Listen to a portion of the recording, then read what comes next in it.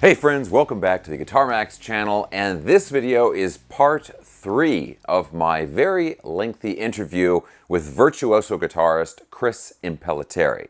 In this portion of the interview, we talk about his musical influences, and in particular, Yngwie Malmsteen, and whether or not he really was influenced by Yngwie, and just his feelings about the early comparisons that people made between Yngwie and himself. We also talk about how his style has changed and evolved over the years and what goes into his influences today. Now, I will have links to the other parts of this interview down in the video description below. And real quick, guys, if you enjoy videos like this, checking out cool new guitars, staying up on all the latest news in the guitar universe, and of course, great interviews like this one, and you have not already subscribed, please consider subscribing right now.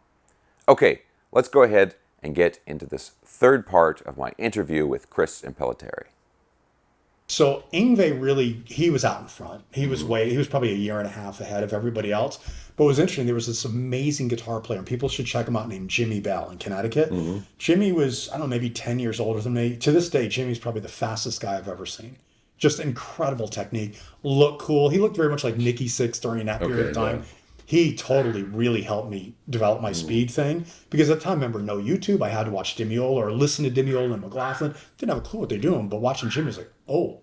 Right. So he was there long before Yngwie doing all of that stuff. But Yngwie got the credit for doing all the neoclassical stuff, and he was great at it. I loved his first, especially the Alcatraz record. The first one was like great stuff.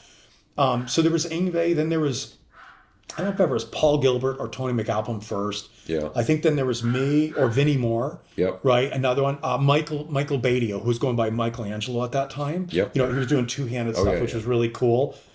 But that was probably the 4 or 5 people in LA that I remember, that it was like this whole circle of people who were talking about everybody.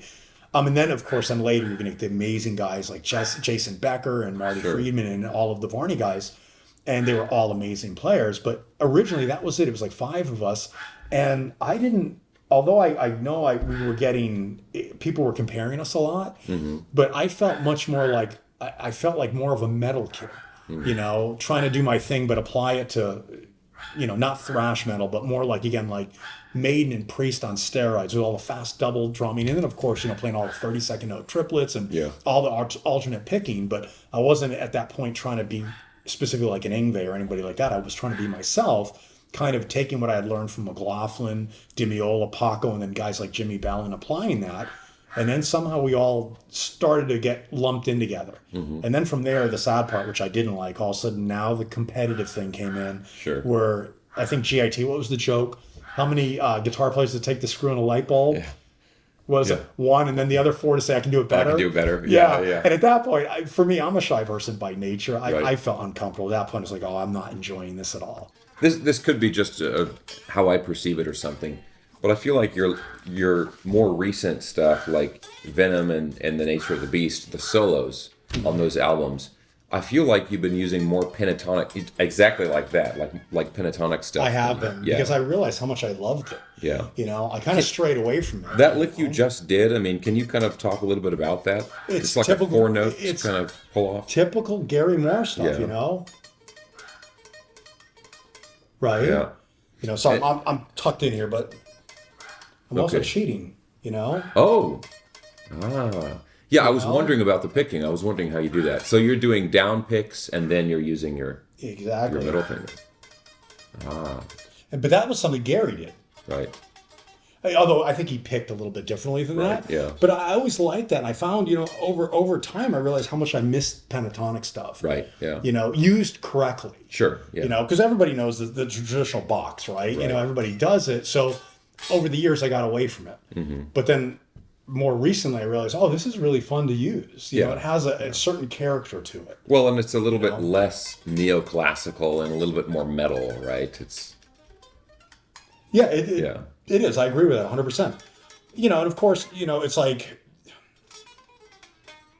everybody loves that now, right? You know, you kind of do that. So I do that a lot, you know, and so I'm always doing a kind of my bad version of Van Halen, right? He does. I go. Right, yeah. So it's kind of like my cheating of Van Halen, another kind of tells you how much I love Eddie, you know? So yeah, I've been doing more pentatonic stuff as I've gotten older again, more because I'm comfortable with it again. Okay. You know? And then is that pretty common for you to do that your picking technique where you're with the It's dependent. fingers? Well, my hands are freezing right now, but it's dependent. But a lot of times I will do the like this kind of thing, you know, where you're doing down, up, down, up, down, up, down, fuck. Yeah. Right? Okay. Da, da, da, da. So I do that, especially like 17th century picking. That's kind of the thing I'm doing. Okay. So you've done that for a long time. Oh, yeah. Okay. Absolutely. Okay. Yeah. It's kind of my way of cheating, you know? It's just, I mean, I could do legato all day long. That stuff's easy, right? But there's no attack to it. Sure. Yeah. Yeah.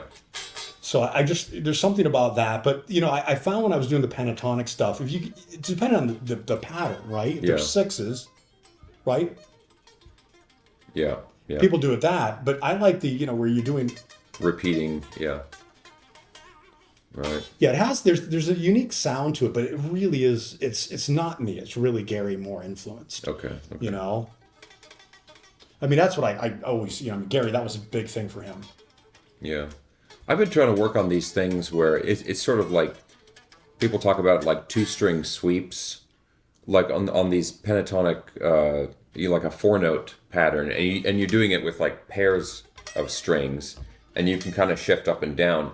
Getting to different strings is difficult with it, but when you say 4, you mean like 4 note, like 1, 2, 3, 4, like this kind of 4 strings, or 4 notes? 4 notes on like 1, 2, 1, 2, that kind of stuff. But the picking, it's like down, up, up, down, down, up, up, down, down, up, up. It's odd to me. I don't know. Yeah. Okay. It's funny. It's like an economy picking thing, or I think of it as like a 2-string sweep, because you're kind of going. Show me what you hear. You sure. play it. Yeah. Because I'm not exactly. Well, yeah. The left hand is nothing.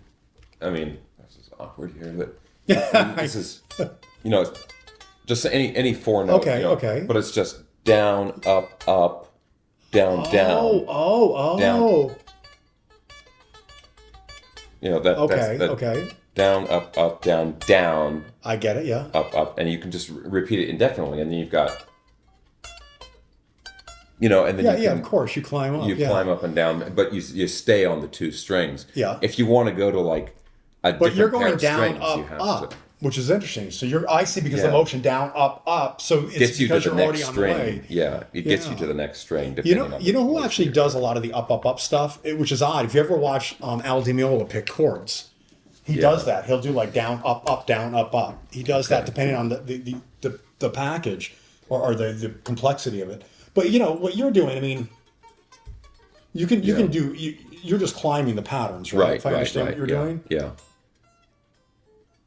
Yeah, it's weird. It's one of those things where I'd have to get into that. Sure. Yeah, I'd have to feel.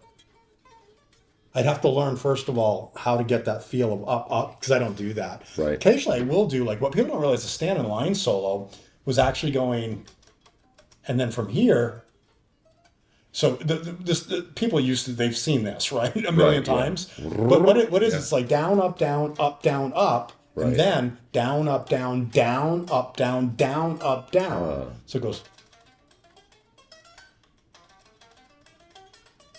And then it goes. It's the same thing. Down, up, down, up, down, down, up, down, up, down. Yeah. So when you go to a new string, the pick's moving in the same direction. That's correct. Yeah. That's correct. And it takes me a while. I mean, I have to be really warm to do that, and I don't do it much anymore. Okay. I mean, I don't think I could do it if I wanted to play exactly what I did in a record. Right. But it's kind of the pattern I do, or at least I did back then. Right. And people didn't realize it was actually circular picking. Like going here and then doing these kind of like I don't know if you can see that, but like a circular motion. Yeah. But that's literally the stand line. It was like down, up, down, down. I'm sorry, down, up, up, and then begins the down, up, down, up, down, up, down, and jump up here. Right. D string, down, up, down, up, down, up, down, up, down, and then repeat it again. Right. So literally, I was doing this pattern, right? It sounds a little bit like masturbation originally, but that was it, and that was the odd picking technique. And so you might like. These days, would you do the same notes, but you would just do purely alternate picking? Yeah, I would. Okay. I find myself playing differently now. I'm doing much more where it's more up, down, up, down. So I'm doing it slowly, just. Yeah, it would be all down, up, down. If I, yeah. Okay, yeah. So I'm trying to do it slowly, but yeah, it would be down, up, down, up, down. Yes. Okay. I'm trying to think how often I do like up picking. I don't think I ever really start on an upstroke ever. Oh yeah. Which people are like, why don't you do that? But I'm much more. I don't do that. I don't do that either. I feel like it just makes everything that follows. It makes it feel so awkward. Yeah, I think so. It's funny, my hand's under the table. It's like, yeah. But I'm always looking for the attack, you know? Mm-hmm.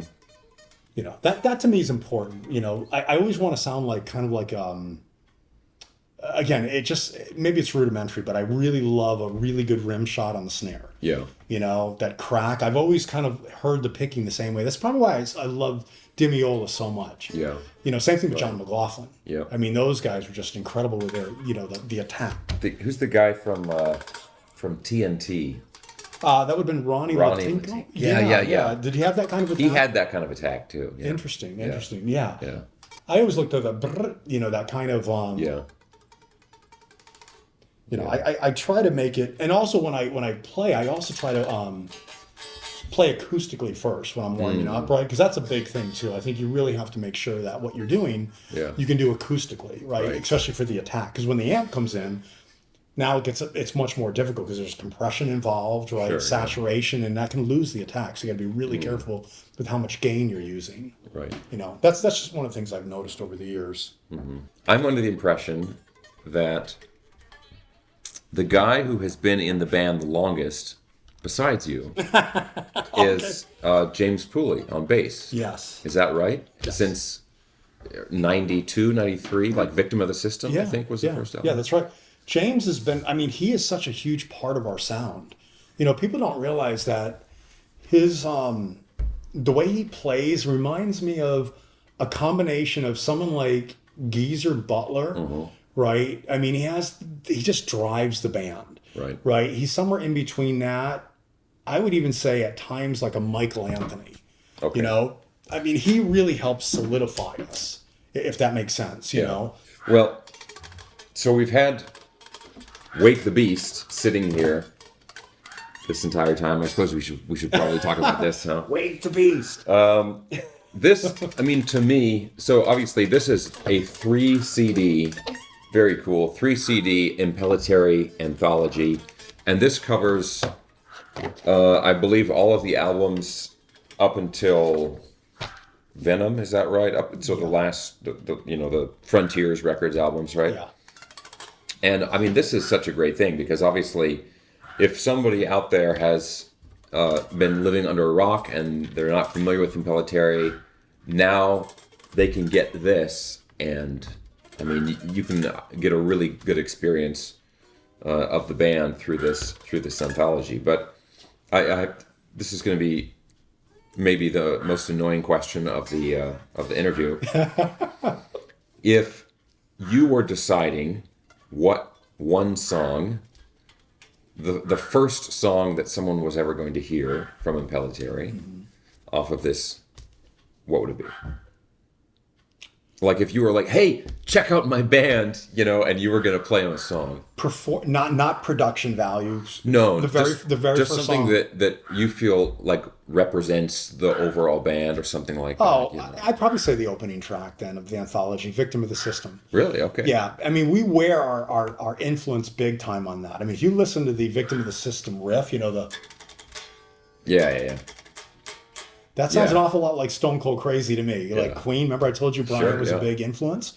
But I would say probably Victim of the System, because it has everything. It has the riff, the crazy solo, the scream. I mean, listen to Rob at the end of that thing. Yeah. He's in the stratosphere. James holding it down. Ken Mary's on drums, amazing drummer. And it's all there. I would say Lost in the Rain would be my first choice, but the production. Remember, we did Lost in the Rain. We didn't have any money. So we're like in a studio playing live with a bunch of room. Might as well have just recorded the album with this. Just put this up while we're in. You're in the room with us, which is what I love about that EP. Right. It's literally like you are just putting a microphone up and Burning is on here too, right? Yeah. That's the other track. That's the early track, right? Yeah. Okay. So Victim of the System. All right. Well, obviously, when we put this interview out, I'll have links and everything where everybody can find the album and that kind of stuff. But I think, Chris, I can't thank you enough, man. This has been a fantastic interview, and I think we've covered so many different things in this interview, and obviously we talked a lot about guitar technique and everything.